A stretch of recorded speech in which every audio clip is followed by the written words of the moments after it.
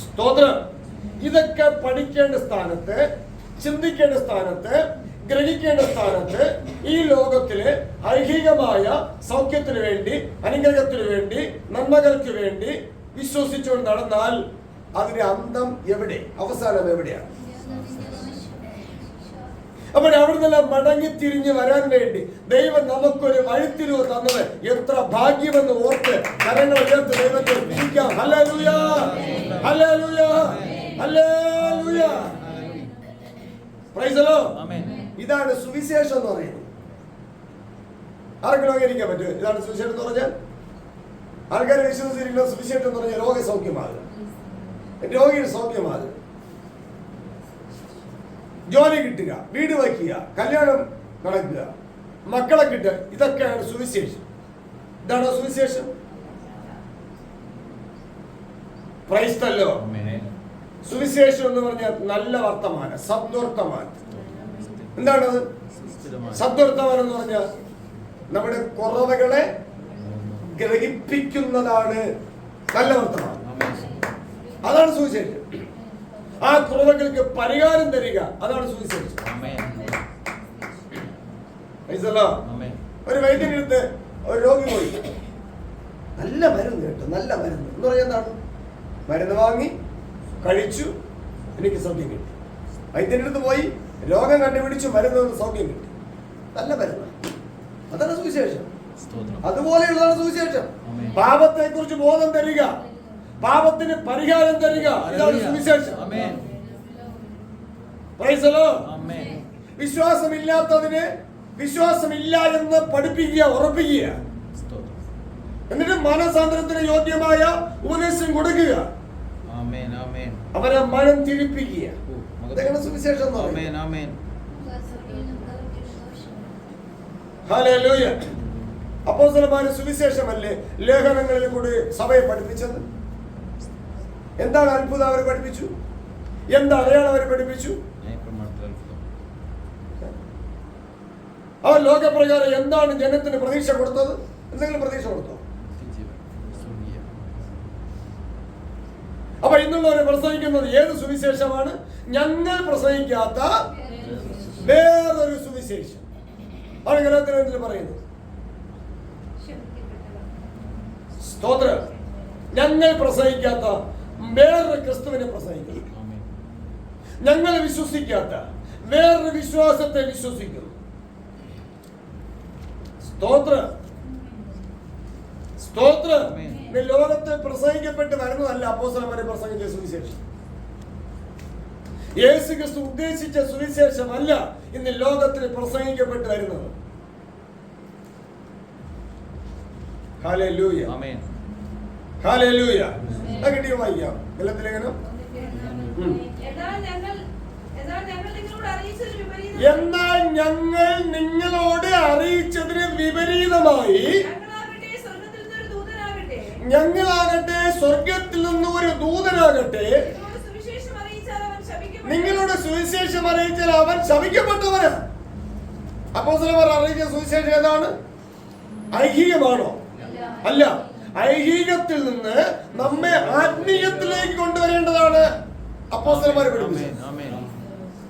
ഇന്ന് പ്രസംഗിക്കുന്ന സുവിശേഷം ഏതാണ്? അക്ഷരീകം, ഐഹികമായ സുവിശേഷം. ഹല്ലേലൂയ. അവരെ കുറിച്ച് പൗലോസ് അപ്പോസ്തലൻ പറയുന്നവർ ശപിക്കപ്പെട്ടവരാ. എങ്ങനെ പറയാൻ പറ്റി? നീതിയുള്ള വിധി അദ്ദേഹം പഠിച്ചതുകൊണ്ട് പറയാൻ പറ്റിയത്. നീതിയുള്ള വിധി പഠിച്ചത് കൊണ്ടാണ് പൗലോസ് അപ്പോസ്തലൻ പറയാൻ പറ്റിയത്. ഈ സുവിശേഷത്തിന് വിരോധമായി സുവിശേഷം അറിയിക്കുന്നവർ ശപിക്കപ്പെട്ടവൻ. അത് ദൂതനാകട്ടെ, ഞാനാകട്ടെ, മറ്റാരാകട്ടെ. ഹല്ലേലൂയ. 2:17 വായിക്കുമ്പോൾ 2 കൊരിന്ത്യർ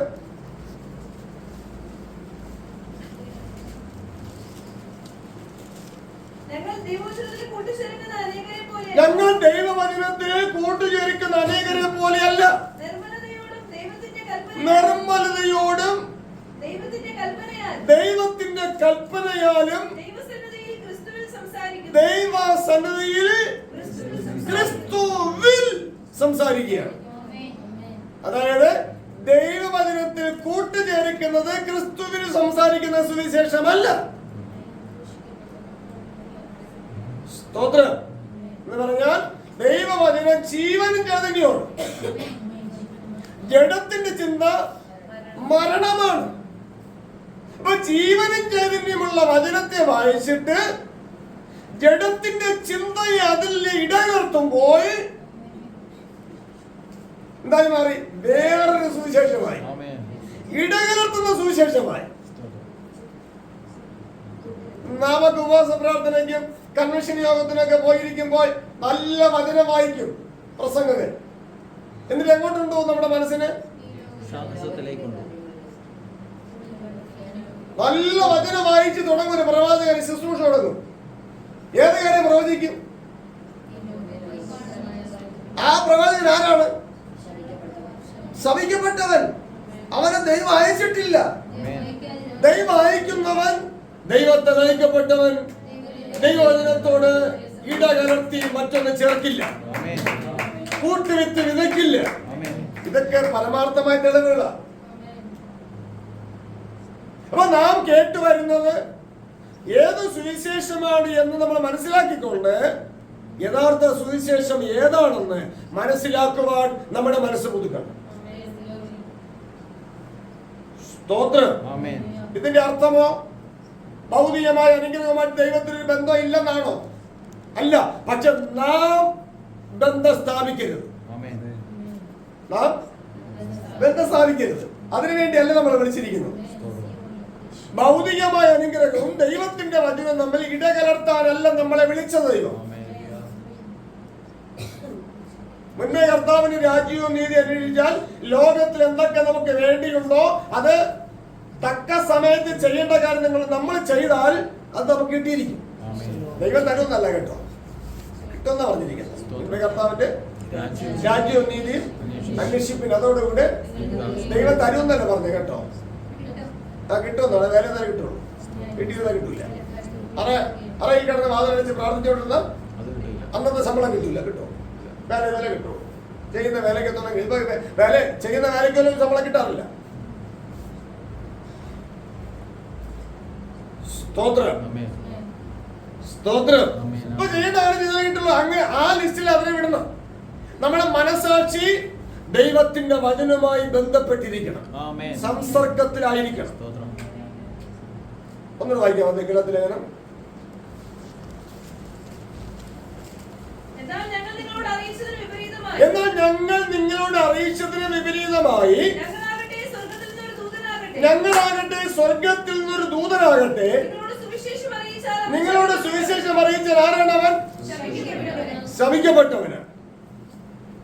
ക്രൈസ്തവോ അവനെ സംഘടനാ പാസ്റ്റർമാര് അച്ഛന്മാരെ പ്രസംഗിക്കുന്നതോ? സ്വർഗത്തിലെ ദൂതന്മാര് പറഞ്ഞാൽ ശപിക്കപ്പെട്ടവനെന്നാ. അവനെ സംഘടനാ പാസ്റ്റർമാരെ അച്ഛന്മാരെ പ്രസംഗിച്ചാലോ? ദൈവവചനത്തോട് ഇടകലർത്തി പ്രസംഗിച്ചാലോ? ആജ്ഞയുടെ ഉദ്ദേശത്തെ മാറ്റിയിട്ട് പൈശാചി ഉദ്ദേശം അതിന് ആജ്ഞയിൽ സ്വന്തം അത് ഒട്ടിച്ചു ചേർത്ത് പ്രസംഗിച്ചാലോ?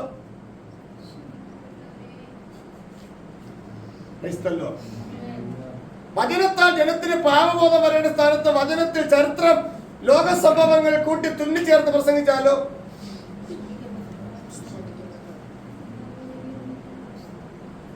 സ്തോത്രം. അതാണ് കോടി തുണിയോട് പഴം തുണി ആരും തുന്നി ചേർക്കാറില്ല.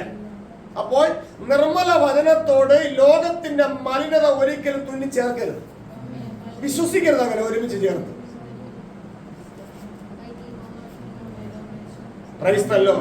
അതൊക്കെ ഭയങ്കര ശാപമാണ്, ശാപം. കാരണം ഭൂമി ദൈവത്തിന്റെ വാക്കിലാണ് എന്ത് ചെയ്തു? ശപിക്കപ്പെട്ടിരിക്കുക, ശാപത്തിന് കീഴില. ഹല്ലേലൂയ. അപ്പൊ ഈ കാര്യങ്ങൾ നമ്മൾ മനസ്സിലാക്കുന്നത് നമുക്ക് നഷ്ടമല്ല, നമുക്ക് അടിസ്ഥാനമാണ്.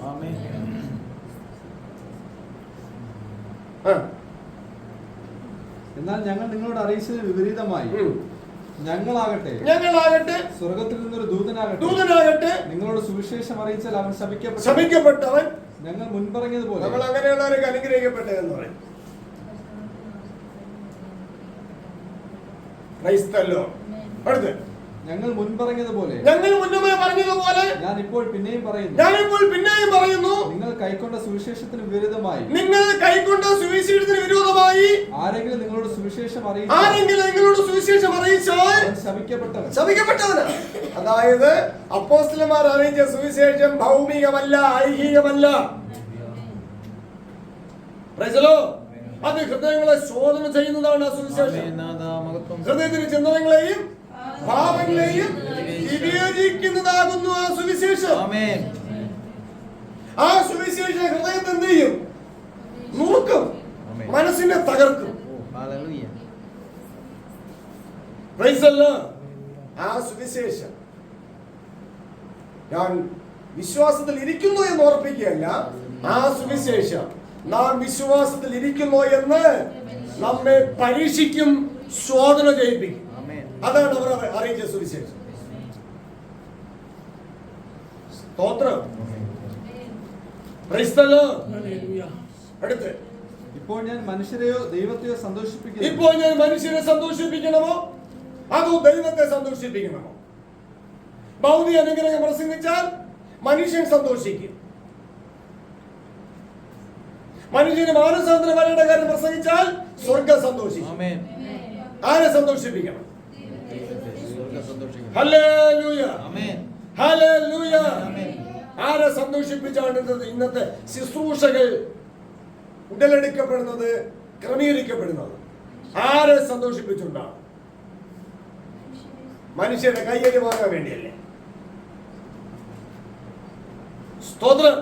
അതിനോട് നാം തുല്യരാകരുത്. തികച്ചും വ്യത്യസ്തമായി നമ്മുടെ മനോഭാവം വളർത്തിയെടുക്കണം. അത് ദൈവത്തിന് നമ്മെ കുറിച്ചുള്ള ആഗ്രഹമാണ്. ക്രിസ്തുയേശുവിൽ അത് സാധിക്കണം. അതിന് പരിശുദ്ധാത്മാവ് നമ്മെ സഹായിക്കണം. ആ സഹായത്തിനായി നമ്മൾ വാഞ്ചിക്കണം. Praise the Lord. അടുത്ത്, അല്ല അല്ല ഞാൻ മനുഷ്യരെ പ്രസാദിപ്പിക്കാൻ നോക്കുന്നുവോ? ഞാൻ മനുഷ്യരെ പ്രസാദിപ്പിക്കാൻ നോക്കുന്നുവോ? ഇന്നും ഞാൻ മനുഷ്യരെ പ്രസാദിപ്പിക്കുന്നുവെങ്കിൽ, ഇന്നും ഞാൻ മനുഷ്യരെ പ്രസാദിപ്പിക്കുന്നു എങ്കിൽ ക്രിസ്തുവിന്റെ ദാസനായിരിക്കില്ല. എങ്കിൽ ക്രിസ്തുവിന്റെ ദാസനായിരിക്കില്ല. അപ്പൊ ഇന്ന് മനുഷ്യരെ പ്രസാദിപ്പിച്ച് പ്രസംഗിക്കുന്നവരെ ആരുടെ ദാസൻ? ആരുടെ ദാസൻ? ആരുടെ ദാസൻ? ആരുടെ ദാസൻ? ആരുടെ ദാസൻ?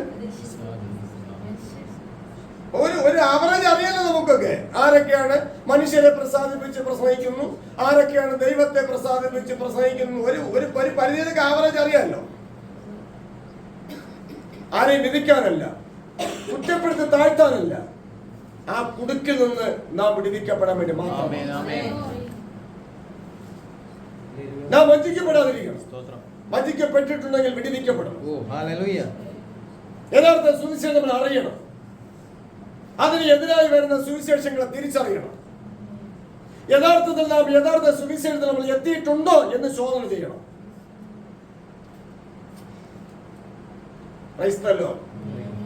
അപ്പൊ മനുഷ്യരെ പ്രസാദിപ്പിച്ച് പ്രസംഗിച്ച് വരുന്ന ജനത്തെ സ്നാനപ്പെടുത്തിയാൽ ആ സ്നാനം ദൈവം പ്രസാദിക്കും. നമ്മളിൽ ഓരോരുത്തരും ആരുടെ കൈക്കീഴാണ് സ്നാനപ്പെട്ടിട്ടുള്ളതെന്ന് ചിന്തിച്ചു നോക്കിയാലോ. ദൈവത്തെ പ്രസാദിപ്പിക്കുന്നവരുടെ കൈക്കീഴിലാണ് സ്നാനമേറ്റിട്ടുള്ളത്, അതോ മനുഷ്യരെ പ്രസാദിപ്പിച്ച് പ്രസംഗിക്കുന്നവരുടെ കൈക്കീഴിലാണ് സ്നാനപ്പെട്ടിട്ടുള്ളത്? നാം മാത്രമല്ല, സർവ്വലോകത്തിലെ സകലനെ കുറിച്ചാണ് ഉദ്ദേശിക്കുന്നത്. Praise the Lord. സ്തോത്രം.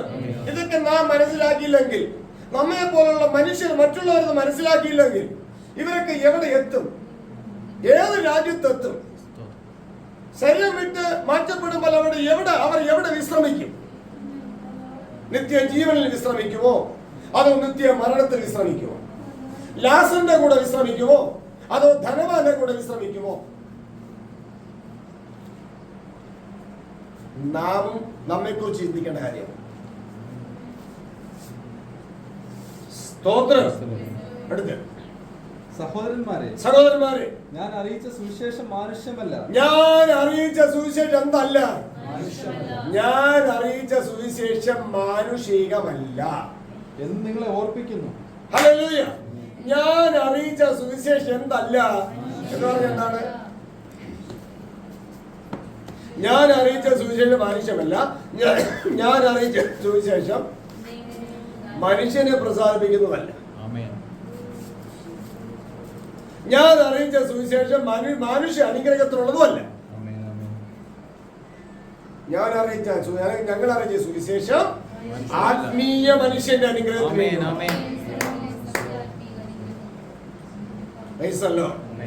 ആ ഉറപ്പുള്ളതുകൊണ്ടാണ് ലേഖനം എഴുതുമ്പോൾ പറയുന്നത്. 1-3 വാക്യം വായിക്കുമ്പോൾ സ്വർഗത്തിലെ സകല ആത്മീക അനുഗ്രഹത്താലും. ഹല്ലേലൂയ. സ്വർഗത്തിൽ എന്താണ്? ആത്മീക അനുഗ്രഹം, നീതി, സമാധാനം, പരിശുദ്ധാത്മാവിൽ സന്തോഷം. പിന്നെ ഭക്ഷണമല്ല, പാനീയമല്ല, ജഡമോഹമല്ല, കന്മോഹമല്ല, ജീവനത്തിന്റെ പ്രതാപമല്ല സ്വർഗത്തിലുള്ളത്. നമ്മളൊക്കെ പ്രസംഗിച്ച് കേൾക്കുന്നത് എന്താണ്? ജഡമോഹം, കന്മോഹം, ജീവനത്തിന്റെ പ്രതാപം, പിന്നെ ഭക്ഷണം, പാനീയം, വസ്ത്രം, വീട്, ജോലി. ഇതൊക്കെയാണോ ദൈവത്തെ പ്രസാദിപ്പിക്കുന്ന സുവിശേഷം? Hallelujah, hallelujah. ഒന്നുകൂടെ. സ്വർഗത്തിലെ സകല ആത്മീക അനുഗ്രഹത്താലും നമ്മെ ക്രിസ്തുവിൽ അനുഗ്രഹിച്ചിരിക്കുന്ന നമ്മുടെ കർത്താവായ യേശു ക്രിസ്തുവിന്റെ ദൈവവും പിതാവുമായ ദൈവം വാഴ്ത്തപ്പെട്ട ദൈവമാണ്. ഹല്ലേലൂയ. അടുത്ത വാക്യം. നാം ദൈവത്തിന്റെ സന്നിധിയിൽ വിശുദ്ധരും നിഷ്കളങ്കരും ആകേണ്ടതിന്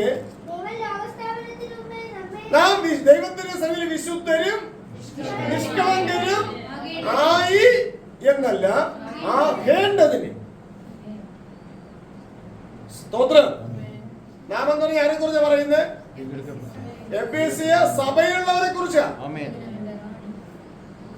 ഹല്ലേലൂയ, ഹല്ലേലൂയ. സഭകളിൽ മേത്തരമായ സഭയാണ് എഫെസോസിലെ സഭ. അവർക്ക് ലേഖനം എഴുതുമ്പോൾ സ്തോത്രം, അതിന് പ്രത്യേകതയുണ്ട്. അത് റാണിയാണ്. അപ്പൊ മറ്റുള്ള സഭകൾ എന്താണ്?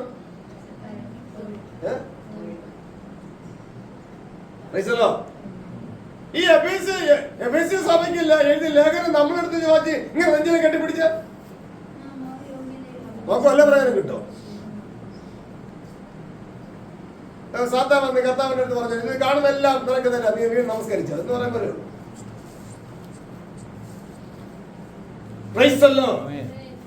അപ്പോൾ വിശുദ്ധരും നിഷ്കളങ്കരും ആകേണ്ടതിന്. അപ്പൊ നീതിയുള്ള വിധികൾ പഠിക്കാത്തവർക്ക് വിശുദ്ധരും നിഷ്കളങ്കരാകാൻ പറ്റുമോ? ഇതൊന്നും അവര് പഠിക്കാത്തവരാണോ എഫെസ്യ സഭയിലുള്ളവർ? ആണോ?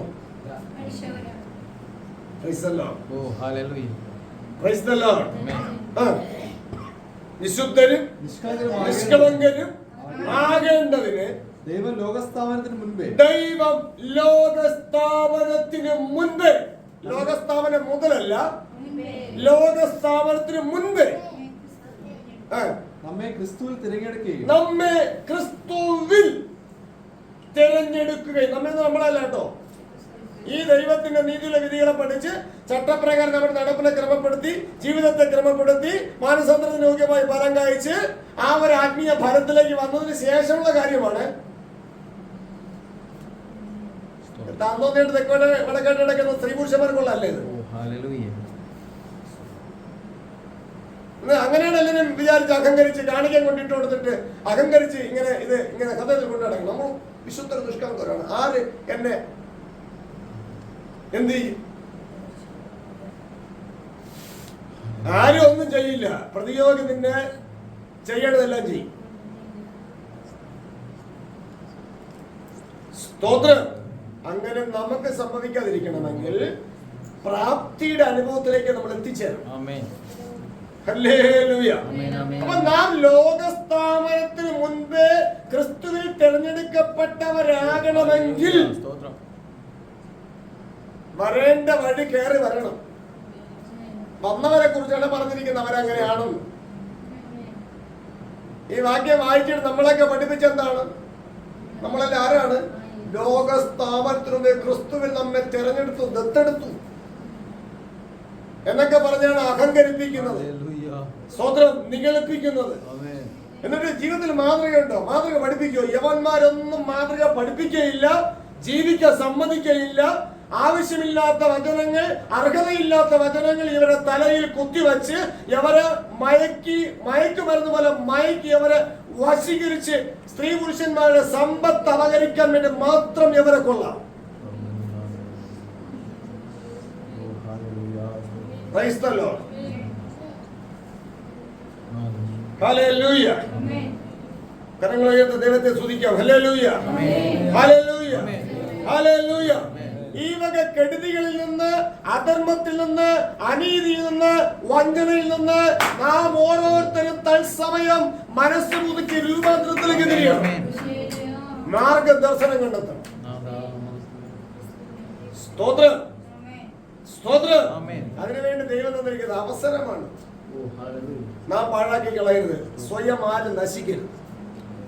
ചെയ്യേണ്ട കാര്യങ്ങൾ എല്ലാവരും ചെയ്യണം. പുരുഷനും സ്ത്രീയും മക്കളും എല്ലാവരും അവരവർക്ക് സ്തോത്ര പ്രാപ്തിയുള്ളതും അവരവർക്ക് കടമപ്പെട്ടതുമായ കാര്യങ്ങളെല്ലാം അവരവർ ചെയ്യണം.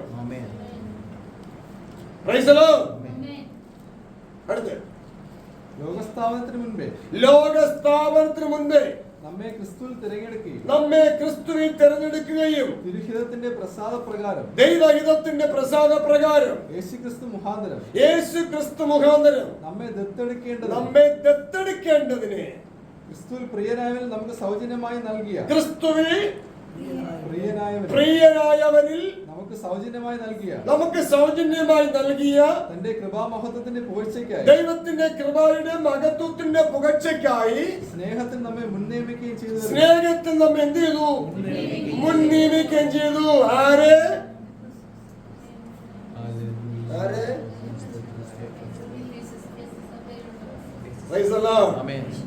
സ്തോത്രം. ഇന്ന് ജീവിക്കുന്ന തലമുറയെ കുറിച്ചല്ല എഴുതിയിരിക്കുന്നത്. ഇന്ന് ജീവിക്കുന്ന തലമുറയെ കുറിച്ച് ഈ വചനം സ്വാധീനമായി വരണമെങ്കിൽ ഇന്ന് ജീവിക്കുന്ന തലമുറ എഫേസ്യ സഭയിലെ വിശ്വാസികളെ പോലെ കയറി വരണം. അടുക്കിൽ ചിട്ടയിലും കയറി വരണം. സ്തോത്രം. റാണിയുടെ അവസ്ഥയിൽ എത്തിച്ചേരണം എന്ന് പറഞ്ഞാൽ രാജപദവിയിൽ എത്തിച്ചേർന്നു. അവരെ കുറിച്ച് എഴുതിയിരിക്കുന്നു.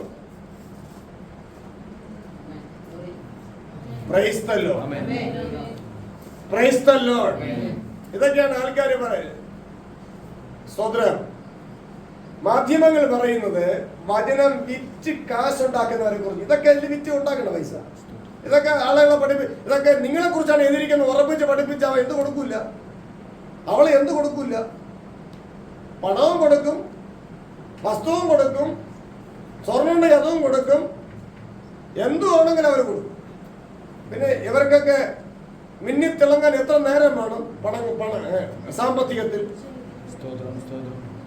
സ്തോത്രം. അതല്ലേ വചനം വിറ്റ് കാശുണ്ടാക്കും.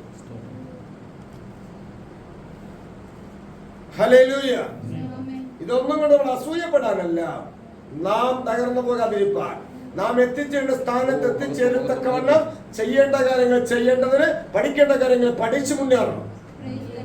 ഹല്ലേലൂയ. ഇതൊക്കെ ദൈവത്തിന്റെ നീതിയുള്ള വിധികളെ പഠിച്ച് പരമാർത്ഥ ഹൃദയത്തിന് സ്തോത്രം എന്ന യാഗം അർപ്പിക്കാൻ നല്ല മനസ്സുള്ളവരെ മുന്നോട്ട് വന്ന സ്തോത്ര ദൈവ ജനത്തെ കുറിച്ചായി പറയുന്നത്. നീതിയുള്ള വിധികളെ കുറിച്ചുള്ള ABCD എന്തെന്ന് പഠിക്കാത്തവർക്കൊന്നല്ല ഇത്. Praise the Lord. Praise the Lord. അതുകൊണ്ട് ചില ആൾക്കാർ ഇങ്ങനെ പറയും, കതിരിന്മേൽ കൊണ്ട് എന്ത് ചെയ്യരുത്? വളം ഇടരുത്. Praise the Lord. ഒരു ഗുണമില്ലെന്നേ പറഞ്ഞ ദൈവ വിഷയമായ ഫലവത്തായ വചനങ്ങളെ എടുത്ത് ആർക്കും കൊടുക്കരുത്. വേരോടാൻ പ്രാപ്തിയില്ലാത്ത ആർക്കും കൊടുക്കരുത്. വേരോടി ക്രിസ്തുവിൽ നിലനിന്ന് ആത്മാവിന്റെ ഫലം കായ്ച്ച് അതിൽ മുതിർന്ന് വരുന്ന മൂപ്പുള്ളവർക്കുള്ളതാ ഇത്. ഹല്ലേലൂയ. ക്രിസ്തുവിൽ പ്രിയരായവർക്കുള്ളതായി. നമ്മളാരും പ്രിയരായിട്ടില്ല. പ്രിയരാകാൻ വേണ്ടി നമ്മെ ആരും പഠിപ്പിച്ചിട്ടില്ല. സ്തോത്രം. പിന്നെ പഠിപ്പിച്ചതോ ദൈവവചനത്തിൽ ഇടകലർത്തി പാലിന് കുറെ മായവും വിഷവും കൂടെ ചേർത്ത് അങ്ങനെയൊക്കെ നമ്മളെ പഠിപ്പിച്ചിട്ടുള്ളത്. അവയെന്നെല്ലാം നമ്മൾ മടങ്ങി മനസ്സ് പുതുക്കി പുരുഷത്വമുള്ളവരായി വ്രതസ്ഥന്മാരായി എഴുന്നേറ്റ് പ്രകാശിക്കണം. ഹല്ലേലൂയ. അതിനുവേണ്ടിയാണ് സങ്കീർത്തനത്തിൽ നിന്ന് മറ്റൊരു ഭാഗങ്ങളിൽ കൂടെ ദൈവത്തിന്റെ ആത്മാവ് തന്റെ ജനത്തെ പഠിപ്പിച്ച് ആമേസ്തോത്രം എഴുതി വെച്ചിരിക്കുന്നത്. നാമും അത് പഠിക്കാൻ വേണ്ടി. സങ്കീർത്തനത്തിൽ തിരിച്ചു വരാം. ഞാൻ പൂർണ്ണ ഹൃദയത്തോടെ അങ്ങ് അന്വേഷിക്കുന്നു. അങ്ങയുടെ കൽപ്പനകളെ വിട്ടു നടപ്പാൻ എനിക്ക് ഇടവരരുത്. ഓർക്കണം, ദൈവത്തിന്റെ കൽപ്പനകളെ വിട്ടു നടക്കുന്നവർക്ക് ഉള്ളതല്ല ഈ എഫെസ്യ ലേഖനം. സ്വർഗത്തിലെ സകല ആത്മീയ അനുഗ്രഹം ഭൗതിക അനുഗ്രഹത്തിന് പ്രാർത്ഥിച്ചു നടക്കുന്നവർക്കുള്ളതാണോ? ഞാൻ പ്രാർത്ഥിച്ചു, ദൈവം പ്രവർത്തിച്ചു, എനിക്ക് വീട് കിട്ടി എന്ന് പറഞ്ഞു നടക്കുന്നവർക്കാണ് സ്വർഗത്തിലെ സകല ആത്മീയ അനുഗ്രഹം. ആണോ? ഹല്ലേലൂയ. ഹല്ലേലൂയ. ഇപ്പൊ ഭൗതിക അനുഗ്രഹത്തിന് വേണ്ടി പ്രാർത്ഥിച്ചും പ്രവചിച്ചും പ്രസംഗിച്ചും നടക്കുന്നവരും സാക്ഷ്യം പറഞ്ഞ് നടക്കുന്നവരും ഈ എഫെസ്യ ലേഖനത്തിലെ 1-ാം അധ്യായം 3-ാം വാക്യം പ്രസംഗിക്കും, തുടങ്ങി വയ്ക്കും. എവിടെ കൊണ്ട് അവസാനിക്കും? ഭൗതികത്തിൽ അവസാനിക്കും. ഹല്ലേലൂയ. ഇതൊക്കെയാണോ ആത്മീയ അനുഗ്രഹം?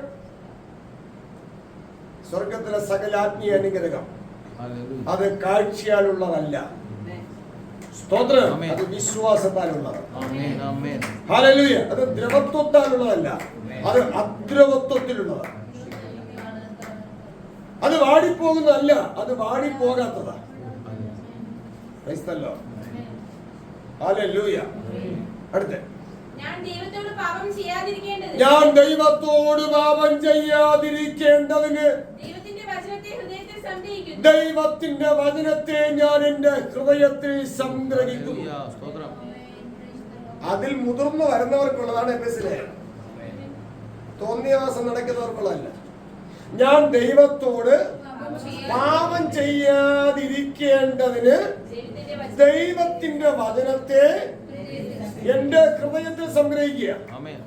ദൈവത്തിന്റെ വചനം, സ്വർഗത്തിൽ സംഗ്രഹിക്കപ്പെട്ടിരിക്കുന്ന വചനം എന്റെ ഹൃദയത്തിൽ വരികയാണ്. അപ്പൊ സ്വർഗം എന്റെ ഹൃദയം തമ്മിൽ എന്ത് ചെയ്യുക? റേഞ്ച് കിട്ടുക.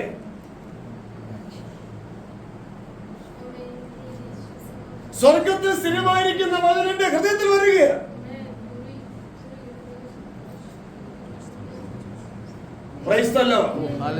അങ്ങനെ വരേണ്ടതായ ഒരു സാധ്യത, സാഹചര്യം എന്റെ ജീവിതത്തിൽ ഇല്ലെങ്കിൽ എഫെസ്യ ലേഖനം എനിക്കൊന്നുമല്ല. സ്വർഗത്തിൽ സ്ഥിരമായിരിക്കുന്ന വചനം എന്റെ ഹൃദയത്തിലേക്ക് വന്നല്ലേ, എന്റെ ഹൃദയത്തിനോട് എവിടെ ഇരിക്കും? നിശ്ചയം ഉള്ളിടത്തിരിക്കും. ഓരോരുത്തർ പ്രസംഗിക്കുമ്പോ വിശ്വാസിയുടെ നിശ്ചയം എങ്ങോട്ട് പോകുന്നു? അമേരിക്കയില്, ഗൾഫില്, IAS, IPS, പിന്നെ വലിയ വീട്. അങ്ങനെ അവരോട് ചിന്തിച്ചോ? അങ്ങോട്ടും ഹൃദയത്തിലൂടെകളില്ല. അപ്പൊ ഇവരൊക്കെ പ്രസംഗിച്ച് മനുഷ്യന്റെ ഹൃദയത്തെ എങ്ങോട്ട് കൊണ്ടുപോകുന്നു? സ്വർഗത്തിലേക്കാണ് കൊണ്ടുപോകുന്നത്.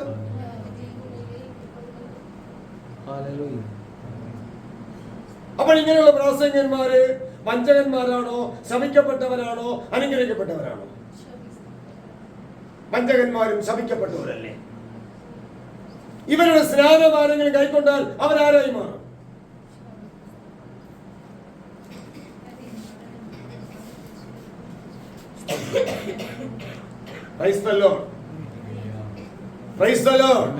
നാം ഇതെല്ലാം വളരെ ഹൃദയപൂർവ്വം പരമാർത്ഥതയോടെ ചിന്തിച്ച് ഉണരണം.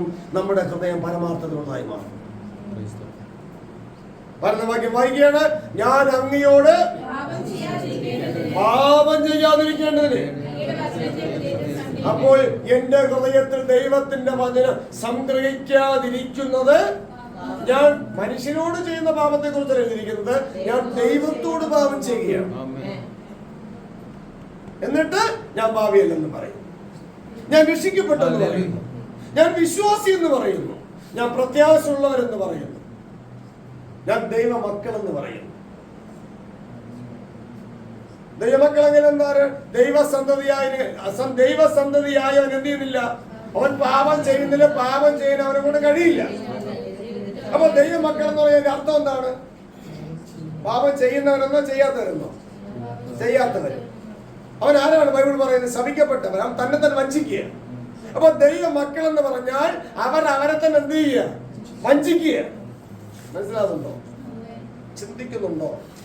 ചിന്തിക്കുന്നുണ്ടോ? നമ്മൾ മാത്രമല്ല, സർവ്വ ലോകത്തുള്ളവരെ ചിന്തിക്കണം. ഈ പ്രബോധനങ്ങളിലെ സർവ്വ ലോകത്ത് അവ എവിടെയെല്ലാം നമുക്ക് വേണ്ടപ്പെട്ടവരുണ്ടോ അവരവട്ട് കേൾപ്പിക്കണം. ഇത് കേൾക്കാൻ ചിലപ്പോൾ വലിയ രസമൊന്നും കാണൂല. നാടകം പോലെ, കഥാപ്രസംഗം പോലെ വലിയ രസമൊന്നും കാണൂല. ഹല്ലേലൂയ. പക്ഷെ കാര്യം മനസ്സിലാക്കണം. അതിന് അപ്പോസ്തലൻ പൗലോസ് പറഞ്ഞു, ഞാൻ വാക്സാമർത്ഥ്യമില്ലാത്തവനാണ് എങ്കിലും പരിജ്ഞാനമില്ലാത്തവനല്ല. ഹല്ലേലൂയ. ഞാൻ വാക്സാമർത്ഥ്യമുള്ളവനല്ല, പക്ഷേ പരിജ്ഞാനമുള്ളവനാണ്. അത് കേൾക്കുന്നവർക്കൊക്കെ പരിജ്ഞാനം കയറി അഭിഷേകമായി മാറും. സ്തോത്രം. പ്രസംഗിക്കാൻ വാക്സാമർത്ഥ്യം ഇഷ്ടംപോലുള്ള ആൾക്കാരുണ്ട്, പാസ്റ്റർമാരുണ്ട്, അച്ഛന്മാരുണ്ട്. പക്ഷെ പരിജ്ഞാനം കാണില്ല. വാക്സാമർത്ഥ്യമുള്ള പ്രസംഗം കേട്ടാൽ നമ്മൾ ആരായി മാറും? വാക്സാമർത്ഥ്യമുള്ളവരായി മാറും. പരിജ്ഞാനത്തിന്റെ പ്രസംഗം കേട്ടാലോ നമ്മൾ പരിജ്ഞാനമുള്ളവരായി മാറും. ദൈവത്തോട് നിരപ്പിക്കുന്നത് വാക്സാമർത്ഥ്യമാണോ പരിജ്ഞാനമാണോ? പരിജ്ഞാനം. നമുക്ക് ഏതാണ് എപ്പോഴും വേണ്ടത്? വാക്സാമർത്ഥ്യമാണോ പരിജ്ഞാനമാണോ? ഹല്ലേലൂയ. പ്രസംഗത്തിന്റെ ശൈലിയാണോ നമ്മൾ ദൈവത്തോട് എത്തിക്കുന്നത്, അതോ പ്രസംഗത്തിലുള്ള പരിജ്ഞാനമാണോ നമ്മെ ദൈവത്തോട് എത്തിക്കുന്നത്? ഹല്ലേലൂയ. ഇതൊക്കെ നമ്മൾ തിരിച്ചറിഞ്ഞിരിക്കണം. നിങ്ങൾ പ്രബോധിപ്പിക്കുമ്പോൾ ചിലപ്പോ പരിജ്ഞാനം ഇല്ല, വാക്സാമർത്ഥ്യം കാണില്ലായിരിക്കാം, നമ്മൾ കേൾക്കാനോ ഭയങ്കര ഇൻപമോ ഒന്നും കാണില്ലായിരിക്കാം. സ്തോത്രം. പക്ഷെ എന്ത് കാണണം? പരിജ്ഞാനം കാണണം. രക്ഷാപരിജ്ഞാനം കാണണം. രക്ഷാപരിജ്ഞാനം അതിൽ ഉണ്ടായിരിക്കണം. രക്ഷാപരിജ്ഞാനം അതിൽ ഉണ്ടാകണമെങ്കിൽ അതിന് തക്കവണ്ണം പത്യം നോക്കണം. അപ്പൊ ദൈവത്തോട് പാപം ചെയ്യാതിരിക്കേണ്ടതിന് ദൈവമേ അങ്ങയുടെ വചനത്തെ ഞാൻ എന്റെ ഹൃദയത്തിൽ സംഗ്രഹിക്കും. അപ്പൊ ഹൃദയത്തിൽ വചനം സംഗ്രഹിച്ചാൽ പിന്നെ എവിടെ ഇരിക്കും ഹൃദയം? ഹൃദയത്തിൽ വചനം സംഗ്രഹിക്കുന്നതിനെ കുറിച്ച് ആര് പ്രസംഗിക്കുന്നു? ആർക്ക് പ്രസംഗിക്കാൻ കഴിയുന്നു? ആര് പ്രബോധിപ്പിക്കുന്നു? ആര് സാക്ഷ്യം പറയുന്നു? യൂട്യൂബിലൊക്കെ നമ്മൾ ഇഷ്ടംപോലെ പ്രസംഗം കേൾക്കുന്നത് അവരുടെ സമയത്തിനൊത്തമുണ്ട്. എത്ര പ്രസംഗമാണ് ആമേ ദൈവവചന ഹൃദയത്തിൽ സംഗ്രഹിക്കത്തക്ക രീതിയിൽ പ്രബോധിപ്പിക്കുന്നത്?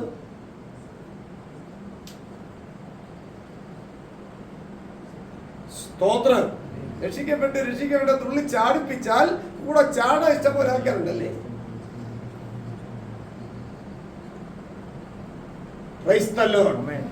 അപ്പൊ ദൈവസന്തതിയായവൻ പാപം ചെയ്യുന്നില്ല, അവന് പാപം ചെയ്യാൻ കഴിയില്ല. ദൈവത്തിന്റെ വിത്ത് അവനിലുണ്ട്.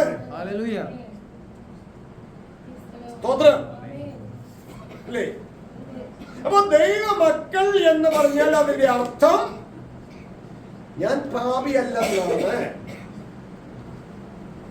ഇപ്പൊ പാപിയല്ലെന്നാണെങ്കിൽ പാപമില്ല എന്നാണ്. പാപമില്ല എന്നാണെങ്കിൽ അവൻ അവനെ തന്നെ വഞ്ചിക്കുകയാണ്. അതിന്റെ അർത്ഥമോ ആരും ദൈവസന്തതി ആയിട്ടില്ല. ദൈവസന്തതി ആകേണ്ട അധികാരമാണ് കൊടുത്തിരിക്കുന്നത്. അധികാരം കിട്ടിയോണ്ട് അങ്ങ് ആയെന്ന് പറഞ്ഞാൽ പറ്റുമോ? ഹല്ലേലൂയ. Praise the Lord. എന്ന് പറഞ്ഞാൽ ദൈവസന്തതി ആകേണ്ട അഡ്മിഷനെ കിട്ടിയുള്ളൂ. കോളേജിൽ അഡ്മിഷൻ കിട്ടി എന്ന് പറഞ്ഞാൽ കോളേജിൽ പഠനമായോ? പൂർത്തിയായോ? അഡ്മിഷനെ കേട്ടില്ല, ഇതവിടെ പഠിക്കണം എന്നതുപോലെ ദൈവ സന്തതിയാകണം അല്ലെങ്കിൽ ദൈവ മക്കളാകേണ്ട അഡ്മിഷനാണ് കിട്ടിയത്. അത് മക്കളായ പിന്നെ നമ്മളൊക്കെ ആരാ? മക്കളല്ലേ? സ്തോത്രം. മക്കളാണെങ്കിൽ വിത്ത് ഗുണം 10 ഉണ്ടോ? 10 വിത്ത് ഗുണം. സ്തോത്രം. എന്നാൽ പിശാചെന്ന പിതാവിന്റെ മക്കൾ, ദോഷികളാകുന്ന മക്കൾ, ദുഷ്പ്രവർത്തിക്കാരുടെ മക്കൾ. ദുഷ്പ്രവർത്തിക്കാരുടെ മക്കൾ ആരാണ്? സൽപ്രവർത്തിക്കാരായിരിക്കും. ഇതിനൊക്കെയാണ് നമ്മൾ ഇപ്പോൾ അർഹരായിരിക്കുന്നത്. പക്ഷെ അങ്ങനെയാണ് എന്ന് സമ്മതിക്കാൻ നമ്മളെ കുറിച്ച് സമ്മതിക്കാൻ അനുവദിക്കില്ല. അതാണ് ഇന്നത്തെ ശുശ്രൂഷ ലോകം. കുറ്റം സമ്മതിക്കാൻ ഇവർ അനുവദിക്കില്ല. കുറ്റം സമ്മതിച്ചാൽ പരിശുദ്ധാത്മാവിനെ അനുസരിക്കുക. കുറ്റം ഏറ്റു പറഞ്ഞാൽ ക്രിസ്തുവിനെ മഹത്വപ്പെടുത്തുകയാണ്. സ്തോത്രം. മനസ്സിലാവുന്നുണ്ടോ? കുറ്റം സമ്മതിച്ചാൽ പരിശുദ്ധാത്മാവിനെ അനുസരിക്കുക.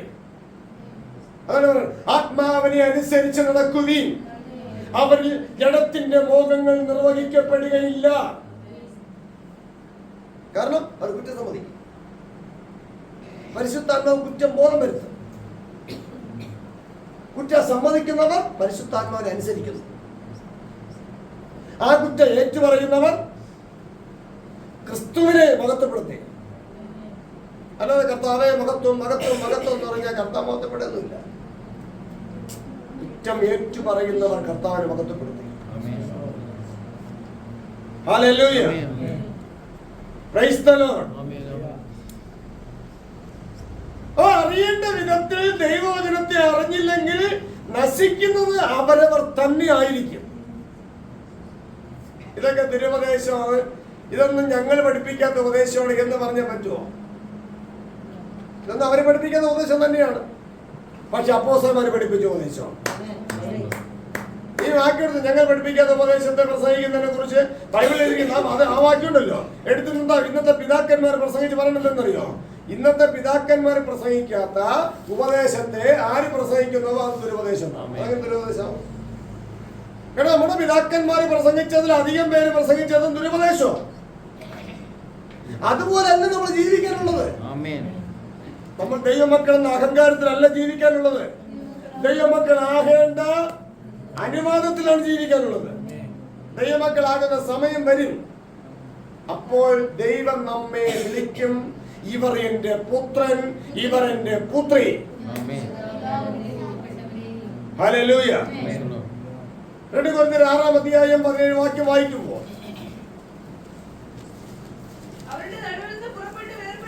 ഹല്ലേലൂയ.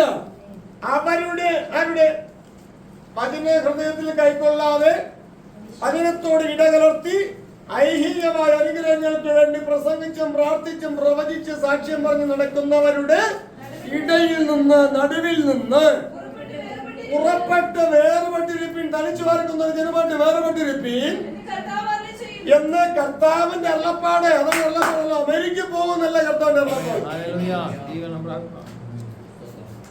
1-ാം ക്ലാസ്സിൽ പഠിക്കുക, 10 കൊല്ലം കഴിയുമ്പോൾ നീ 10-ാം ക്ലാസ്സിലാകും എന്നല്ല കർത്താവിന്റെ അരുളപ്പാട്.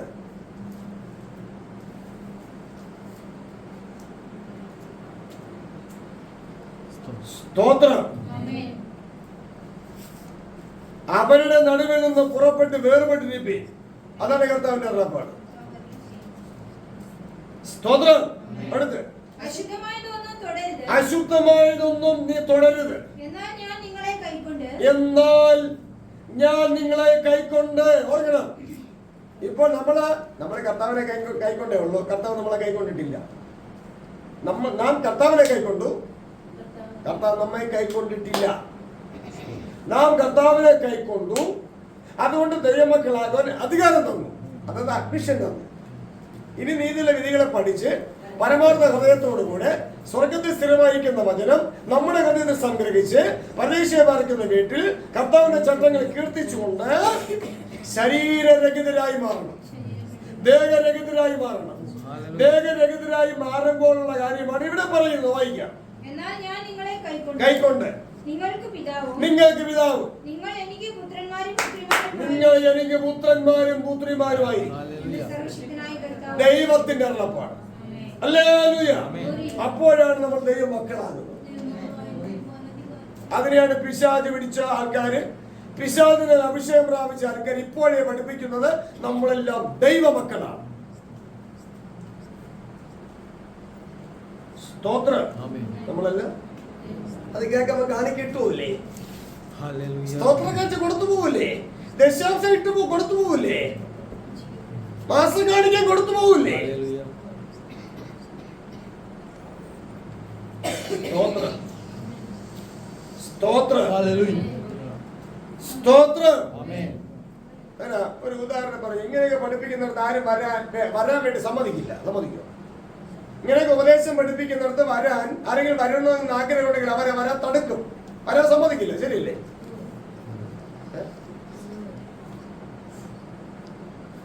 പക്ഷെ വിദ്യാഭ്യാസപരമായിട്ട് നല്ല അടുക്കും ചീട്ടോടെ പഠിപ്പിക്കുന്നിടത്ത് നിങ്ങളെ മക്കളവിടെ വിടല്ലേ എന്ന് പഠിപ്പിക്കും.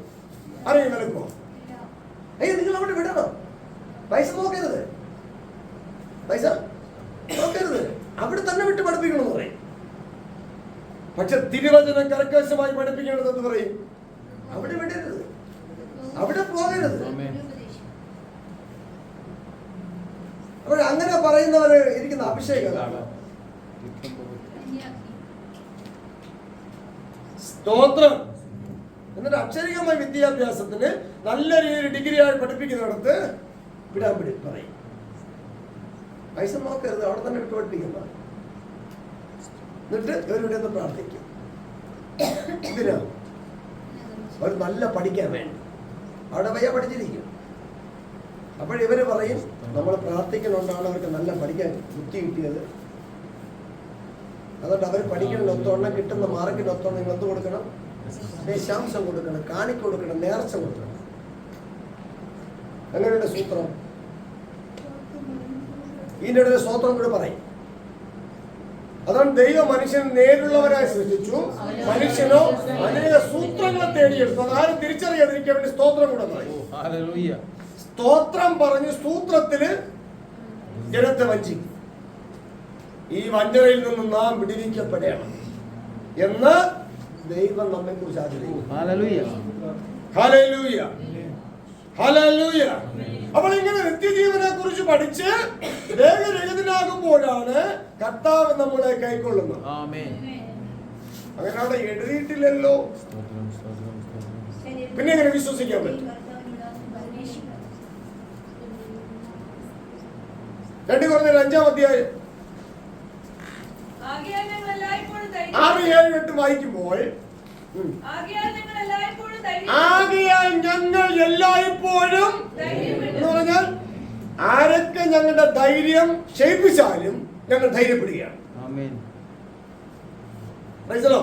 ഈ ഉപദേശങ്ങളൊക്കെ ഉൾക്കൊള്ളാൻ ദൈവം എന്റെ ജീവിതത്തിൽ അവസരം ഉണ്ടാക്കിയത് മുതൽ ഇന്ന് വരെയും ആ ധൈര്യത്തെ ക്ഷയിപ്പിക്കാൻ ആരൊക്കെ തയ്യാറാകുന്നുണ്ടെന്നുള്ള കാര്യം അവരവർക്ക് മാത്രമേ അറിയാവൂ. ആർക്ക്? തയ്യാറാകുന്നവർക്ക്. പാസ്റ്റർമാരാകട്ടെ, വീട്ടുകാരാകട്ടെ, നാട്ടുകാരാകട്ടെ, ആരും ആകട്ടെ. സ്തോത്രം. ക്ഷയിക്കുവോ? ക്ഷയിക്കുവോ? ചിലപ്പോ തോന്നുന്നു ക്ഷയിക്കുന്നൊക്കെ. ആരെല്ലാം എവിടെയെല്ലാം നേർച്ച കൊടുത്തിട്ടുണ്ടെന്ന് പറയാം എന്റെ ഈ ധൈര്യം ക്ഷയിപ്പിക്കാൻ വേണ്ടി. സ്തോത്രം. ആരെല്ലാം എവിടെയെല്ലാം പോയി പ്രാർത്ഥിച്ചിട്ടുണ്ടെന്ന് അറിയാമോ?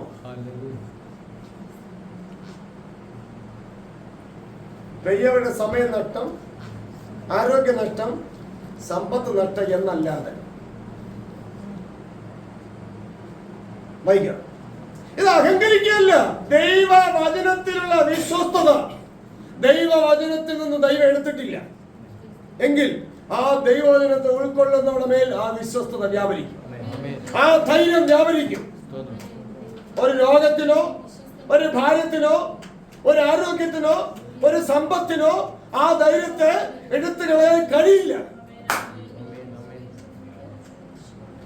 സ്തോത്രം. വായിക്കാം. ആകയാൽ ഞങ്ങൾ എല്ലായ്പ്പോഴും ധൈര്യപ്പെട്ടും ശരീരത്തിൽ വസിക്കുമ്പോഴൊക്കെയും കർത്താവിനോട് ഇന്നത്തെ ക്രിസ്ത്യാനികൾ സമ്മതിക്കോ കർത്താവിനോട് അകന്നാണ് ജീവിക്കണമെന്ന്? സമ്മതിക്കാം. തമിഴ്നാട്ടിലാരും സമ്മതിക്കില്ല, കേരളത്തിലാരും സമ്മതിക്കില്ല, ഇന്ത്യയിലാരും സമ്മതിക്കില്ല, ലോകത്തിലെ ഏത് രാജ്യത്തുള്ള വിശ്വാസിയും സമ്മതിക്കില്ല.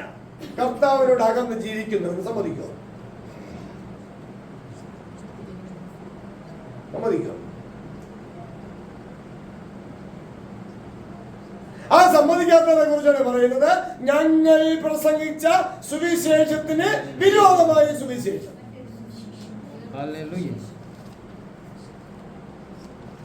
അപ്പോസ്തലന്മാർ പ്രസംഗിച്ച സുവിശേഷം സമ്മതിക്കുന്ന സുവിശേഷമാണ്. കർത്താവിനോട് അകന്ന് ജീവിക്കുന്നു എന്ന് സമ്മതിക്കുന്ന സുവിശേഷം. നമ്മളെ ആര് പഠിപ്പിച്ചു? ആര് പഠിപ്പിച്ചു?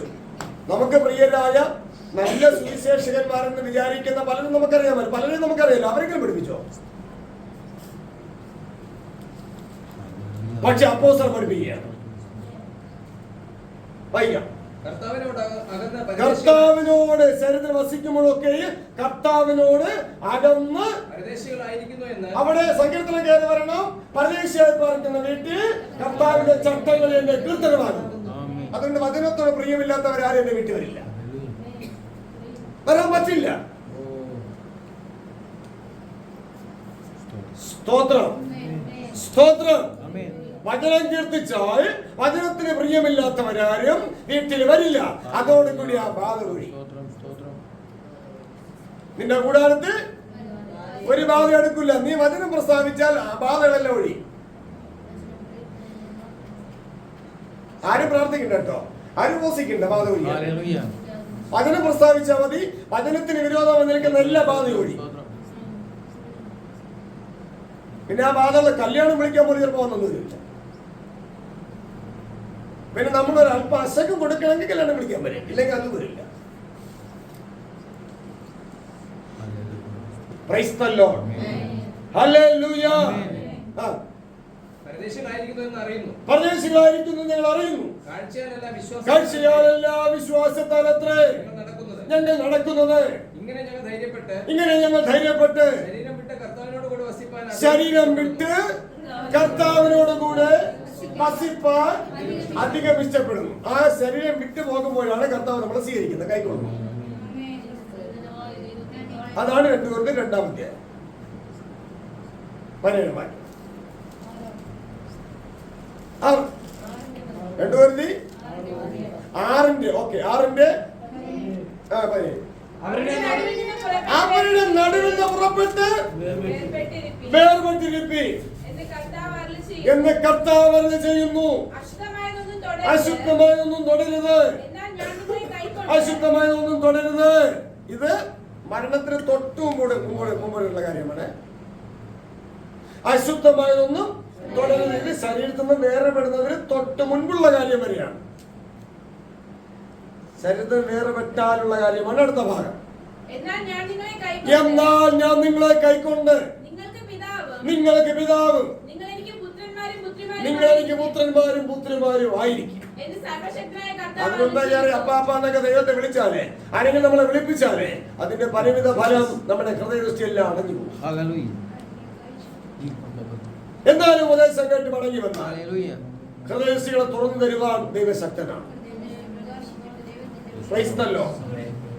ഇതൊക്കെ ദൈവത്തിന്റെ നീതിയുള്ള ചട്ടങ്ങളിൽപ്പെട്ട കാര്യങ്ങളാണ്, ദൈവത്തിന്റെ നീതിയുള്ള വിധികളിൽപ്പെട്ട കാര്യങ്ങളാണ്. ഇതെല്ലാം നമ്മൾ പഠിച്ച് ഗ്രഹിച്ച് ചിന്തിച്ച് ധ്യാനിച്ച്, ഇതൊന്നും മനുഷ്യബുദ്ധി കൊണ്ടല്ല. മനുഷ്യബുദ്ധി കൊണ്ട് പഠിക്കാൻ പറ്റില്ല, തത്വജ്ഞാനം കൊണ്ട് പഠിക്കാൻ പറ്റില്ല, വേറെ വചനം കൊണ്ട് പഠിക്കാൻ പറ്റില്ല. പരമാർത്ഥത്തുണ്ടെങ്കിലും പഠിക്കാൻ പറ്റും. ദൈവത്തോട് പ്രാർത്ഥിച്ചാൽ ദൈവം അവസരം ഒരുക്കുള്ളൂ പഠിക്കാൻ. ഹല്ലേലൂയ. ഇവിടെ ഇരുന്ന് പഠിക്കുന്ന, ഇവിടെ ഇരുന്ന് കേൾക്കുന്നവർ ഓരോരുത്തരും ആ ദൈവത്തിന്റെ വചനത്തിനോട് വിശപ്പും ദാഹവും പ്രാർത്ഥനയും ഇല്ലാത്തവരാണോ? ആണോ? സ്തോത്രം. എന്നോ മുതൽ ദൈവത്തിന്റെ വചനത്തെ പഠിക്കണമെന്നും ധ്യാനിക്കണമെന്നും ആത്മീയമായി വളരണമെന്നും ഹൃദയക്കണ്ണ് തുറക്കണമെന്നും ഒക്കെ അറിഞ്ഞും അറിയാതെയും സമർപ്പിക്കാതെ ഒക്കെ പ്രാർത്ഥിച്ചതിന്റെ അനന്തര ഫലമായിട്ടാണ് ഇങ്ങനെയുള്ള അവസരങ്ങൾ ലഭിക്കുന്നത്. ഹല്ലേലൂയ. ഇത് മറ്റുള്ള വഞ്ചകന്മാരാൽ നാം പാഴാക്കി കളയരുത്. കാരണം നമ്മുടെ സർവ്വലോകത്തിനേക്കാൾ വലിയൊരു ജീവനെ നാം നഷ്ടപ്പെടുത്തി. അതിന് ഇടം കൊടുക്കരുത്. ക്രൈസ്തവല്ലോ, അതുകൊണ്ട് ദൈവവചനത്തിന് പ്രിയമുള്ളവരാൽ വിശുദ്ധരും നിഷ്കളങ്കരുമാകേണ്ടതിന് ദൈവത്തിന്റെ വചനത്തെ, നിഷ്കളങ്കമായ വചനത്തെ ഉൾക്കൊണ്ടേറ്റെടുത്ത് ജീവിതത്തെ ക്രമപ്പെടുത്തുവതക്കമല്ല ദൈവം ഒരുക്കുന്ന അവസരങ്ങൾക്കായി നന്ദിയോടെ സമർപ്പണം ചെയ്തുകൊണ്ട് ജീവിതത്തെ ക്രമീകരിപ്പാൻ, നടപ്പിനെ ക്രമീകരിപ്പാൻ, ജീവിതത്തെ, ഇടപെടലുകളെ, സംസാരത്തെ, ചിന്തകളെല്ലാം ദൈവവചന പ്രകാരം ക്രമപ്പെടുത്തുവാൻ നമുക്കെല്ലാവർക്കും സമർപ്പണം ചെയ്തുകൊണ്ട് എഴുന്നേൽക്കാൻ പ്രാർത്ഥിക്കും.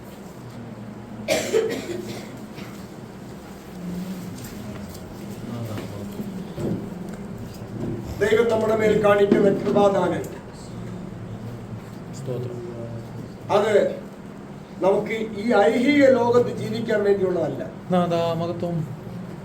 പ്രസ്തുത ഐഹിക ലോകത്തിൽ ജീവിക്കുന്ന കാലഘട്ടം കൊണ്ട് ആത്മീയ ജീവിതത്തെ കെട്ടിപ്പടുക്കാൻ വേണ്ടിയുള്ളതാണ്, കെട്ടി ഉയർത്താൻ വേണ്ടിയുള്ളതാണ്. ആത്മീയ ജീവിതത്തെ ക്രമപ്പെടുത്താൻ വേണ്ടി മാത്രമാണ്. ഈ ആയുസ്സിൽ മാത്രം ക്രിസ്തുവിൽ പ്രത്യാശ വയ്ക്കുന്നവരായിട്ടല്ല, ഈ ആയുസ്സിൽ നിത്യജീവനിൽ പ്രത്യാശ വയ്ക്കുന്നവരായി മാറണം. ഐഹിക കാര്യങ്ങളിലല്ല, ആത്മീക കാര്യങ്ങളിൽ പ്രത്യാശ വയ്ക്കത്തക്കവണ്ണം ദൈവവചനത്തെ ഉൾക്കൊള്ളുന്ന നല്ല സ്വഭാവത്തിലേക്ക് നാം വളർന്ന് നമ്മുടെ തലമുറകളെ വളർത്തിയെടുക്കണം.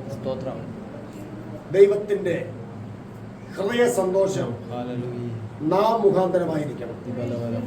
സ്വർഗം സന്തോഷിക്കുന്നത് നാം മുഖാന്തരമായിരിക്കണം. ഇത് ലോകം അറിയണം. ലോകത്തിലുള്ള സകല വ്യക്തികളും, കർത്താവിനെ വിളിച്ചപേക്ഷിക്കുന്ന സകല വ്യക്തികളും ഈ പരിജ്ഞാനങ്ങൾ ഗ്രഹിക്കണം. ഈ ലോകത്തോട് അനുരൂപരാകാം. നന്മയും പ്രസാദവും പൂർണ്ണയുമുള്ള ദൈവഹിതം എല്ലാവരും മനസ്സ് പുതുക്കണം. അതിനായി നമുക്ക് എല്ലാവർക്കും നമ്മെ തന്നെ താഴ്ത്തി പ്രാർത്ഥിക്കാം. നമ്മുടെ വായിലെ വാക്ക് മുഖാന്തരം മറ്റുള്ളവർ ദൈവമക്കളെന്ന് അഹങ്കരിക്കുന്നവരാകരുത്. ദൈവമക്കളാകുവാൻ വേണ്ടിയുള്ള അഡ്മിഷനെ പ്രയോജനപ്പെടുത്തുന്നവരാക്കി മാറ്റണം.